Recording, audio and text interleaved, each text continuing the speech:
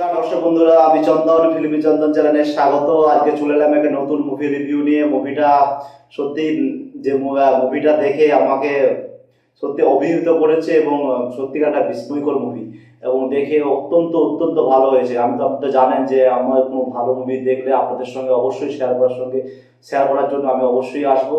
ঠিক আছে, আপনারা হয়তো লাইমলাইটে যেসব সিনেমাগুলো থাকে, যেগুলো প্রচুর অ্যাড ফ্যাড দিয়ে প্রচুর বিভিন্নভাবে প্রচার করে বিভিন্নভাবে প্রমোশন করে যেসব মুভিগুলো আসে, সেই সব মুভিগুলো দেখবেন আপনাদেরকে অতখানিও যতখানি আপনারা আশা নিয়ে যাবেন ততখানি আপনার আশা পূরণ হবে না। কিন্তু এই ধরনের সিনেমা, ঠিক আছে, যে ধরনের সিনেমাগুলো লাইমলাইটে আসেনি অথচ অত্যন্ত অত্যন্ত ভালো সিনেমা, ঠিক আছে, যদি দেখেন তাহলে এই টাইপের সিনেমা। আজকে যে সিনেমা নিয়ে কথা বলবো, সিনেমাটার নাম হচ্ছে কালবন।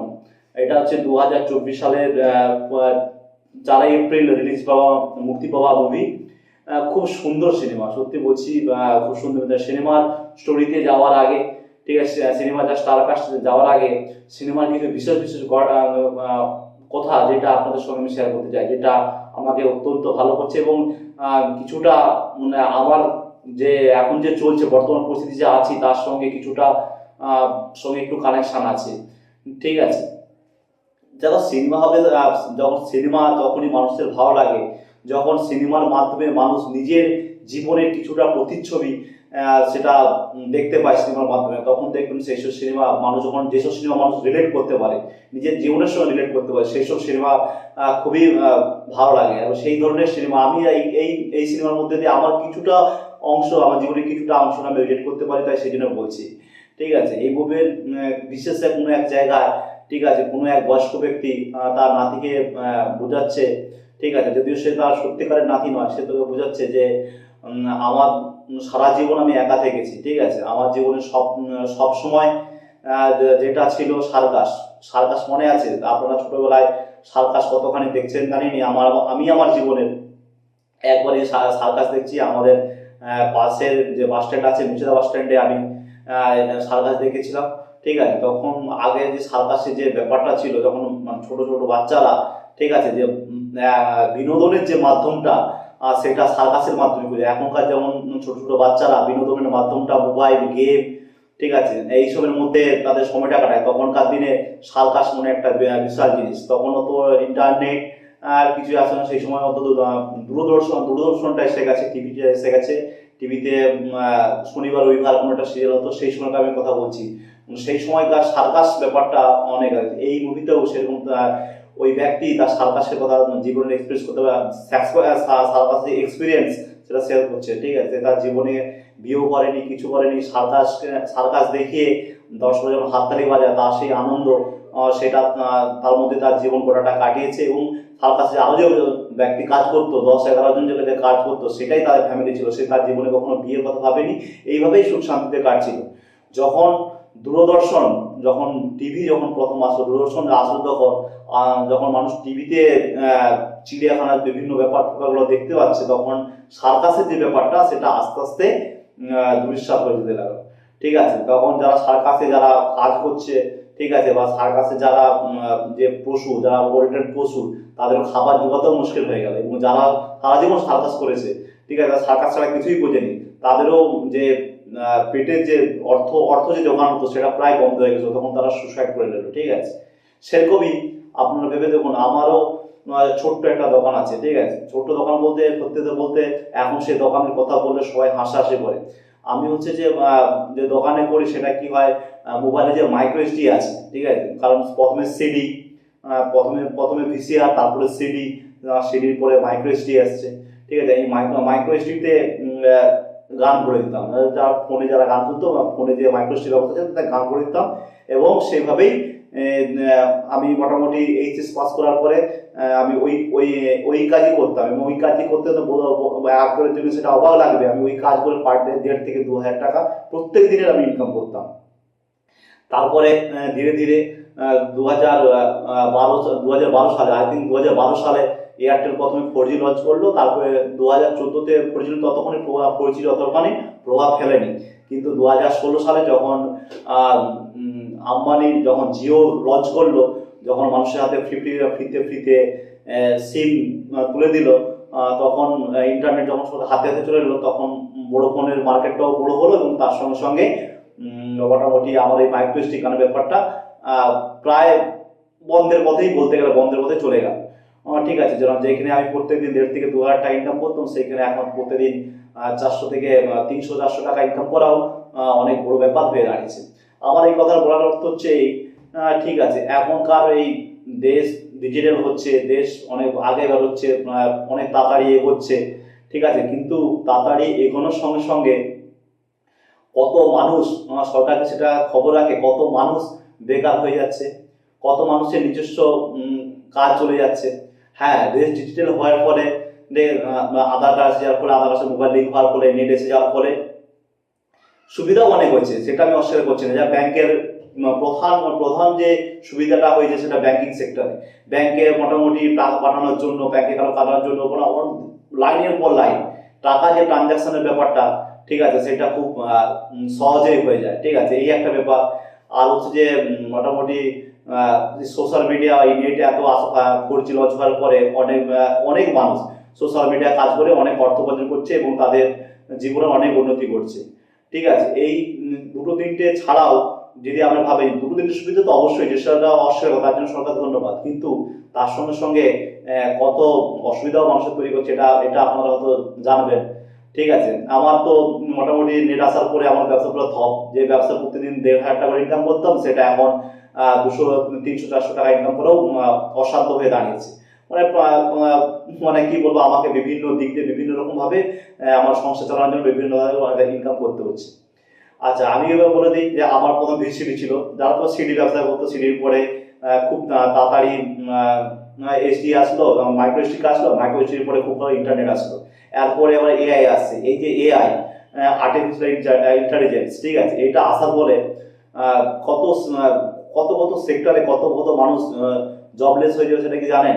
যে কাজটা মানুষ করতো সেই কাজটা যদি এআই করে দেয়, সেটা সফটওয়্যার করে দেয়, ঠিক আছে, কত কত মানুষ, ঠিক আছে, কর্মহীন হয়ে পড়বে, এটাও গ্যারেন্টি। ঠিক আছে, এটা গ্যারেন্টি। যেসব কাজগুলো আগে মানুষ করতো সেই কাজগুলো এই সফটওয়্যার সাথে এআই করে দিচ্ছে। ঠিক আছে, তাহলে কত কত মানুষ কর্মহীন পড়ে পড়ে। সেরকমই যত যত ডিজিটাল হচ্ছে, যত দেশ আগে বেরোচ্ছে, আগে বাড়ছে, তার সঙ্গে সঙ্গে অনেক অনেক মানুষ, সত্যি বলছি, কর্মহীন হয়ে পড়ছে। ঠিক আছে, কি করবে খুঁজে পাচ্ছে। ঠিক আছে, যারা কোনো একটা কাজ সবসময় এক মন দিয়ে করেছে, ঠিক আছে, যারা ওই কাজ ছাড়া কিছুই জানেনি, তাদের পক্ষে প্রচন্ড অসুবিধা। ঠিক আছে, এবার বলবে তোমাকে সেই বিজ্ঞানের কথা, অভিযোজন, ঠিক আছে, সময়ের সঙ্গে সঙ্গে নিজেকে না পাল্টাতে পারলে, ঠিক আছে, তাহলে তুমি পিছিয়ে পড়বে। কিন্তু সময়ের সঙ্গে সঙ্গে তো সবাই তো পাল্টাতে পারে না। ঠিক আছে, সবাই নিজের একটা নিজস্ব কাজ করে। ঠিক আছে, কিন্তু সেই সব মানুষগুলোর কি হবে? সত্যি বলছি, সুবিধা যেমন হয়েছে, কিছু কিছু ক্ষেত্রে কিছু সেক্টরে সুবিধা হয়েছে, তার থেকে অসংখ্য অসুবিধাও হয়েছে। এটা আপনারা বাংলায় মনে করেন, যত দেশ উন্নতির দিকে গেছে, তত কিছু কিছু মানুষ বেকার হয়ে পড়ছে, কর্মহীন পড়ছে, সরকার এসব দিয়ে খবর করে না। কিন্তু আমি আমার আগের প্রতিবেদন, কিছুদিন আগের প্রতিবেদনে বলেছিলাম, দেশ যেটা আমার দৃষ্টিভঙ্গিতে আমি যেটা দেখতে পাচ্ছি, যে দেশ একদিকে এগোচ্ছে। সব মানুষের মুখে মুখে এই কথাটা বলেন, ঠিক আছে, যারা এক শ্রেণীর মানুষ, যারা প্রচুর পয়সা করে, যারা প্রচুর অর্থ উপার্জন করেছে, ঠিক আছে, তারা তো আরো বড় লোক থেকে বড় লোক তর হয়ে যাবে। আর যারা মধ্যবিত্ত মিডল ক্লাস, তারা তো গরিব হয়ে পড়বে। আর যারা গরিব, তো তাদের আরো অনেক গরিব, একবার খেতে পাবেন এরকম অবস্থা হয়ে যাবে। এটা 1990 সালে আমেরিকায় এমনটা হয়েছিল। তখন ভাবুন তো, ঠিক আছে, অলরেডি আপনি দেখবেন, ঠিক আছে, প্রত্যেক পাড়ায় পাড়ায়, প্রত্যেক গ্রামে গ্রামে চুরি, ছিনতাই, ডাকাতি, এসব দিনকে বাড়ছে নাকি? এটা কিসের জন্য বাড়ছে? মানুষ কর্মহীন হয়ে পড়ছে, দিনকে দিন মানুষ কর্মহীন হয়ে পড়তেছে, সেই জন্য মানুষের এই অবস্থা আজকে এসে হয়ে দাঁড়াচ্ছে। ঠিক আছে, আচ্ছা, এই মুভিতে এই বিশেষ আমি এই মুভি এতগুলো কথা বলার অর্থ হচ্ছে, ঠিক আছে, যে এই মুভিতে এমন সত্যি শিখানোর কিছু ব্যাপার আছে যেগুলো আপনাকে ভাবাবে, যেটা বাস্তবে হচ্ছে। এবার এতগুলো কথা বলার পরে, হ্যাঁ, আমি এখন অনেকে আমাকে কমেন্ট করে বলবে যে আমি বেশি বকবক করি, কিন্তু বকবক করি না। ঠিক আছে, এই মুভির মধ্যে দিয়ে কিছু যদি শিক্ষণীয় ব্যাপার থাকে, বা নিজের সঙ্গে নিজের যে প্রতিচ্ছবি যদি মুভির মধ্যে দেখতে পাই, ঠিক আছে, তখন সেটা আমি শেয়ার তো অবশ্যই করবো এবং সেটা আমি বলবো। ঠিক আছে, এবার মুভিটার সম্বন্ধে আসি। মুভিটার নাম হচ্ছে কালবন। কালবন হচ্ছে 4 এপ্রিল 2024 রিলিজ, আগের বছর রিলিজ, এবং এটা এখন হিন্দিতে এখন অ্যাভেলেবেল আছে, আপনারা অবশ্যই দেখুন। যার যেসব মুভি লাইমলাইটে আছে, প্রচুর প্রমোশন করে যেসব মুভি আছে, সেসব মুভি দেখে সত্যি কথা বলছি মানুষ বেকার হয়েই আসতেছে। শুধু প্রমোশন করে দিয়ে বড় বড় স্টার কাস্ট নিয়ে মুভি করে দিলে হয় না। মুভির মধ্যে দিয়ে কিছু যদি মানুষ শিখতে পারে, নিজের মধ্যে নিজেকে কিছু রিলেট করতে পারে, সেই সব মুভি অবশ্যই ভালো হবে। আচ্ছা, মুভির হচ্ছে যে যে ডিরেক্টর আছে পিভি শঙ্কর, এবং এটা বেসিক্যালি তামিল ল্যাঙ্গুয়েজের মুভি, ঠিক আছে, তামিল ভাষার মুভি। এটা এখন হিন্দিতে ডাব হয়েছে। আচ্ছা, স্টার কাস্ট হয়তো স্টার কাস্ট নতুন, আপনারা হয়তো কারো চিনেননি, কিন্তু কেউ কোনো স্টারকেই যে নায়ক বা নায়িকা যে আছে বা যে মুখ্য চরিত্র আছে আপনারা কাউকে হয়তো চিনেনি, কিন্তু অসাধারণ তামিলের মতো যারা আছে তারা চিনে, কিন্তু আমরা তো বিশেষ চিনি না। আমরা তো বিশেষ প্রথম সারির যারা, যাদের সবসময় তার লাইন লাইটে থাকে তাদেরকে চিনি, কিন্তু এছাড়াও আরো অনেক ভালো অভিনেতা অভিনেত্রী আছে। তাদের মধ্যেই পড়বে একদম নতুন হিরো যে জিভি প্রকাশ বলে, এবং নায়িকা যে হবে ইভানা, এবং যে এই গোটা মুভির হিরোর থেকেও যার এটা অভিনয়টা আরো গুরুত্বপূর্ণ এই মুভিতে, যেটা যার প্রত্যেকটা কথা শিক্ষণীয়, সেটা হচ্ছে যে ভারতী রাজা বলে একজন আছে, ঠিক আছে। আচ্ছা, এই মুভির আমি কাহিনীটা আপনাদেরকে সংক্ষেপে বলি। এই গাড়ির সংক্ষেপ মোদ্দা এখানে যারা যে একটা জনবসতি আছে, যেখানে যারা জঙ্গলে আশেপাশে বাস করে, ঠিক আছে, যেখানে প্রায় কোনো না কোনো জীবজন্তু শিকার জ্বালানিগুলোতে গিয়েও কোনো কিছু কাঠ কাটতে গিয়েও প্রত্যেক না কিছু হচ্ছে। এবং সেইখানেই আমাদের হিরোরও তার ছোটবেলা থেকেই বাবা মা মারা গেছে, সে একদম প্রত্যন্ত একটা জায়গায় একটা ঝুপড়ির মধ্যে, যদি ঘরটা দেখেন ঝুপড়ির মধ্যে হিরো থাকে। এবং কিছুদিন আগে একজন মারা যাওয়ার পরে তার ছেলে, ঠিক আছে, সেখান থেকে বন দপ্তর থেকে বা সরকার থেকে, ভারতীয় সরকার থেকে 4 লাখ টাকা পায়। এবং সেইখান থেকেই তার মাথায় ওঠে যে যদি আমারও কেউ থাকতো, যে তাহলে আমি তাকে তাকে জঙ্গলে পাঠিয়ে, মানে তার এই মাইন্ড মানে ব্যাক মাইন্ড যেটা যেটা খুনি মাইন্ড যেটা তাকে আমি জঙ্গলে পাঠিয়ে জবাস করে দিতে, তাকে পাঠিয়ে মেরে আমি 4 লাখ টাকা পেতাম। এবার 4 লাখ টাকা হিরোর কেন বলি? 4 লাখ টাকা প্রয়োজন, কারণ যখন এখন বর্তমান সমাজে যাই চলছে, যে কোনো কাজ থেকে হাসপাতালে ভর্তি থেকে আরম্ভ করে, ঠিক আছে, আর জন্ম থেকে আরম্ভ করে আর মরতে যাওয়া পর্যন্ত যে কোনো কাজ করতে গেলে যে কমিশন লাগে, সেই কমিশনের উপরে এখানে আছে। ঘুষ ছাড়া তো কোনো চাকরি হয় না। সেই জন্য হিরো চাচ্ছিল যে বন দপ্তরে চাকরি করবে, এবং তার জন্য সে অ্যাপ্লাই করছিল, কিন্তু সেখান থেকে বলছে 4 লাখ টাকা হলে তাহলে সে চাকরি পাবে। এবং সেই জন্য সে তার বিভিন্ন রকম মস্তিষ্ক খাটিয়ে মোটামুটি সেই টাকাটা জোগাড় করার ব্যবস্থা সে করবে। এবং এমন অবস্থায় এরকম একটা ঘটনা হয়ে যাবে, তার মাথায় সে ভাবছে যে এরকম যদি আমার বয়স্ক মানুষ থাকতো, তাকে আমি রেখে দিয়ে আসতাম, সে মরে যেত, সে টাকাটা আমি পেতাম। আবার হিরো এখানে তার গরিব, তাহলে হিরো প্রতিদিন চলতো কি করে? বেসিক্যালি হিরো তার দিন যাপন করতো, ঠিক আছে, যেহেতু কাজকর্ম নেই, কোথাও কাজ পাচ্ছে না, সে বেশি করে সে আর তার বন্ধু মিলে ছোটখাটো চুরি করে মোটামুটি সংসার চালাতো, ঠিক আছে। এই হচ্ছে ব্যাপার। এইবার মাঝখানে যাবে কোন একটা গ্রামে চুরি করতে যাবে, সেখানে মেলা হবে, সেইখানে কেউ থাকবে নি, ঘরে হিরোইন থাকবে, হিরোইন তাকে মোটামুটি একটা জায়গায় ফাঁসি দিয়ে, তার ওটা জায়গায় এই চুরি করবে, তার ঘরে যে জিনিস চুরি করবে সেটা নিবে এবং তাকে জেলে দিবে। এবং নায়িকা দেখেই কেমন হয় প্রত্যেকটা মুভি, প্রথম দেখাতেই নায়িকা প্রেমে পড়ে যাবে এবং নায়িকার পিছনে ঘুরবে, এবং নায়িকা তাকে বলবে আমার পিছনে কোনো ঘুরে লাভ হবে না, কারণ আমি একজন উচ্চশিক্ষিত এবং নার্সিং করি, এবং আমাদের তুমি চুরি, তুই কি মনে করছো তুমি চুরি করছো, তুমি চুরি করো, করো, তুমি আমার দিকে দেখলে বা তুমি আমার সঙ্গে ফলো করে আমি তোমার প্রেমে পড়ে যাবো, এইসব ব্যাপার। এবার মুভিতে আরো কিছু আছে, এবং বলেতে বেসিক্যালি মুভিটা মানে এই মুভি যে হিরোর যে বন্ধু আছে প্রচুর কমেডি, মানে আমরা হাসতে পেট ব্যথা আসবে এরকম কমেডি যায়। হিরোর সঙ্গে সঙ্গে মানে এই মুভিতে যে পার্শ্ববর্তী আছে যে হিরোর বন্ধু হবে, মানে অত্যন্ত কমেডি, মানে আপনারা সত্যি বলে ওটা মজা নেবেন, মানে কমেডি, এটা অ্যাকচুয়ালি কমেডি আর ড্রামা জনারের ফিল্ম, ঠিক আছে।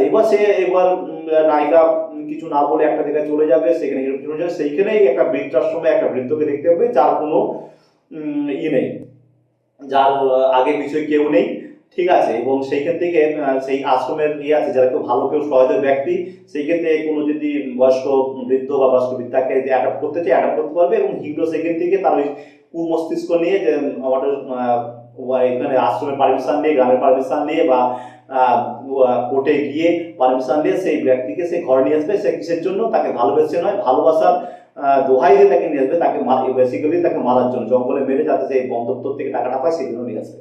এই হচ্ছে ব্যাপার। তারপরে ওই ঘটনাচক্রে সেই যে বয়স্ক ব্যক্তি, সে একটা অদ্ভুত ক্যারেক্টার, তার মানে প্রত্যেকটা কথায় তার মানে আপনারা শিক্ষণীয় কিছু ব্যাপার আছে আপনারা পাবেন। সেই ব্যক্তির জন্যই হিরো চাকরি পাবে, যাকে মারার জন্য নিয়ে এসেছিল, ঠিক আছে। এবং সে তার মধ্যে সেই সেই বৃদ্ধর জন্যই সে তার যে ভালোবাসা মানুষকে পাবে এবং তার সঙ্গে বিয়ে হবে এবং চাকরিও পাবে। এটা মুভির মধ্যে বেশি হবে, কিন্তু মুভির মধ্যে যেটা বললাম প্রথমেই, ঠিক আছে, অনেক শিক্ষণীয় ব্যাপার আছে, অনেক শিক্ষণীয়, যে বৃদ্ধর প্রতিটা কথা আপনার মধ্যে শুনবেন, প্রতিটা কথার মধ্যে শিক্ষণীয় ব্যাপার থাকে এবং শিক্ষণীয় ব্যাপার আছে, ঠিক আছে। আর যেটা ওইটা ছাড়াও বৃদ্ধর যে ক্যারেক্টার ছাড়াও যদি এইভাবে যদি অসাধারণ কিছু লেগে থাকে, আপনারা এখন বলিউড সিনেমায় কি, ঠিক আছে, নায়িকা বেরিয়ে গেল লাইমলাইটে, একটা কিছু না হতে হতে প্রথম চুমকাচ্ছে, তার কিছুক্ষণ পরে একটা সিনে তার বিকিনি সব উল্টো পাল্টা খতরনাক জামা প্যান্ট পরে নায়িকা বেরিয়ে পড়তেছে, ঠিক আছে। আপনারা এই মুভিটা দেখুন, এই মুভিতেও ঠিক আছে লাভ স্টোরি আছে, কি আপনার সেইয়ারা ফেইয়ারা দেখে, ঠিক আছে, লাফাচ্ছেন, হ্যাঁ সেইয়ারা সেইয়ারা সেইয়ারা, ঠিক আছে। সেইয়ারা সিনেমা সেই ঘিসপিটা কাহিনী, যদি সেইয়ারা সিনেমাটা সত্যি কিছু ভালো লাগে, তার যে মিউজিক যে ডিরেক্ট করছে সেটা, আর যে গান ডিরেক্ট হচ্ছে সেইটা, সেইয়ারা সেইয়ারা করে লাফাচ্ছেন। সত্যি বলছি, ভালোবাসা কি জিনিস হয়, সহজ মনের ভালোবাসা কি হয়, ভালোবাসাটা সে কি, আর ভালোবাসাটা মানে আর আমাদের দেশের যে কালচারটা কি, ঠিক আছে, সেটা যদি যে শিখতে হয়, ঠিক আছে, সেটা এই মুভিটা দেখে শিখুন। এইখানে একটা মানে পিওর লাভ স্টোরি যাকে বলে, আপনাদের যে লাভ স্টোরি দেখলে ভালো লাগবে, সেই লাভ স্টোরির সঙ্গে এই লাভ স্টোরি কম্পেয়ার করবেন, যেটা আপনাদের ভালো লাগবে। নায়িকা প্রত্যেক মানে প্রথম থেকে শেষ পর্যন্ত অনলি সালোয়ার কামিজ আর শাড়ি, বইয়ের মধ্যে বাজে কিচ্ছু নেই, কিন্তু তবুও আমাদের ভালো লাগবে, নজর কাড়বে। নায়িকা সরলতার মুখ, নায়কের সরল মুখ মানে এত সুন্দর, ঠিক আছে। বিকিনি না পরেও যে নায়িকা ভালো হওয়া যায়, ঠিক আছে, এখনকার দিনেও ভালো মুভি হলে, ভালো ডিরেকশন হলে সেটা হওয়া যায়। এই মুভিটা দেখে বুঝবেন, সত্যি বলছি, খুব ভালো সিনেমা, খুব ভালো সিনেমা, আপনারা দেখুন, ঠিক আছে। ওইসব প্রচুর প্রমোশন নিয়ে যেসব মুভি হচ্ছে, সেসব মুভি বাদেও যা মোটামুটি যেসব মুভিগুলো মালায়ালাম ইন্ডাস্ট্রি, তামিল ইন্ডাস্ট্রি যেসব মুভিগুলো করছে না, ঠিক আছে। আর আমি সত্যি কথা বলতে কি, মুভি এখন চলবে যার কাহিনীতে দম থাকবে। আর আমার যতদূর মনে হয়, আমার বাংলা ইন্ডাস্ট্রি কেন, বলিউড ইন্ডাস্ট্রি কেন, ঠিক আছে, আমরা হয়তো মানে অবজার্ভ কম করে, মানে রাইটার যারা অবজার্ভ কম করছে, ঠিক আছে, নতুন কিছু কাহিনী লিখছে না, বা নতুন কোনো কাহিনী লেখার চেষ্টাও করছে না, শুধু ভাবছে ওইখান থেকে কিছু চুরি করে নিয়ে, এখান থেকে কিছু চুরি করে নিয়ে আমি একটা মুভি করে দেবো। ওরকম করে মুভি হয় না। আপনারা তামিল ইন্ডাস্ট্রি, মালায়ালাম ইন্ডাস্ট্রি, তেলেগু ইন্ডাস্ট্রির মুভিগুলো দেখুন, তারা হতে পারছে, তারা মানুষকে অবজার্ভ করছে, মানুষের সরল সাদা যে জীবনযাপন সেটাকে অবজার্ভ করছে, তারা লিখছে সেভাবে, সেইটা ভালো করে সিনেমায় ফুটে চলছে, তাই জন্য তাদের সিনেমাগুলো এত ভালো লাগে। তাদের সিনেমাকে যে বাজে কিছু করতে হয় না, নায়িকাকে বিকিনি পড়াতে হয় না, ভালো ভালো আইটেম ডান্স দিতে হয় না, মুভি সত্যিকারের ভালো, যেসব মুভি দেখলে সাধারণ মানুষ তার নিজের জীবনের সঙ্গে রিলেট করতে পারবে, ঠিক আছে। অবশ্যই অবশ্যই অবশ্যই মুভিটা দেখুন। আর মুভিটা যদি আপনারা না পান, আমার টেলিগ্রাম জয়েন করুন, ঠিক আছে, সেইখানে আমাকে বলুন কোথা দিয়ে পাওয়া যাবে, সেটা আমি ব্যবস্থা করে দেবো। আর এই ধরনের ভালো ভালো সিনেমা রিভিউ পেতে আমার চ্যানেলটাকে প্লিজ প্লিজ প্লিজ সাবস্ক্রাইব করুন। আপনারা যদি আমার ভালো লাগবে যতটা, যেহেতু চ্যানেলে নতুন নতুন চ্যানেল খুলেছি, আমার হয়তো কিছু ভুলভ্রান্তি হতে পারে, ঠিক আছে, প্লিজ প্লিজ আপনারা সাপোর্ট করুন, সাবস্ক্রাইব করুন, ভালো থাকুন, সুস্থ থাকুন, আর ভালো ভালো সিনেমা দেখুন। আর ভালো ভালো সিনেমা রিভিউ পেতে আমার চ্যানেলটাকে অবশ্যই অবশ্যই সাবস্ক্রাইব করুন। নমস্কার।